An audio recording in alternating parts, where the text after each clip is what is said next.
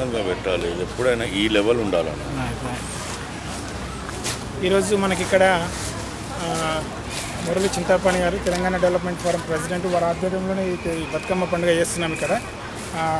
చెప్పండి సార్, మీరు ఇక్కడ బతుకమ్మ పండుగ చేస్తున్నారు కదా, బతుకమ్మ ఎంతకాలంగా చేస్తున్నారు?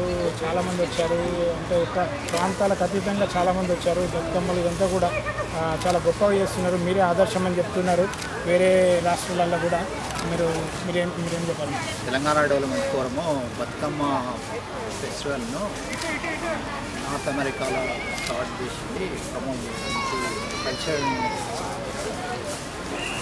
ప్రమోట్ చేయడానికి కదా. ఇప్పుడు ఆల్మోస్ట్ 50 కంట్రీస్లలో బతుకమ్మ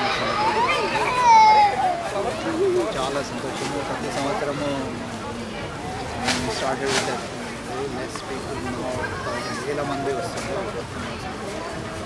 ఇది ఫుడ్ ఇదంతా కూడా మీరు ఎట్లా చేస్తారు సార్? ఇదంతా కాంట్రిబ్యూట్ చేస్తారా లేకపోతే హోటల్ నుంచి? Everything is thank you.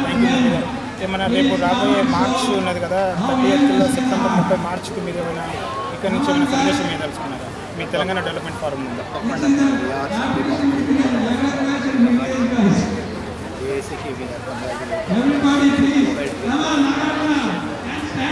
Request everybody. Thank you Murali garu, thank you very much. That's it.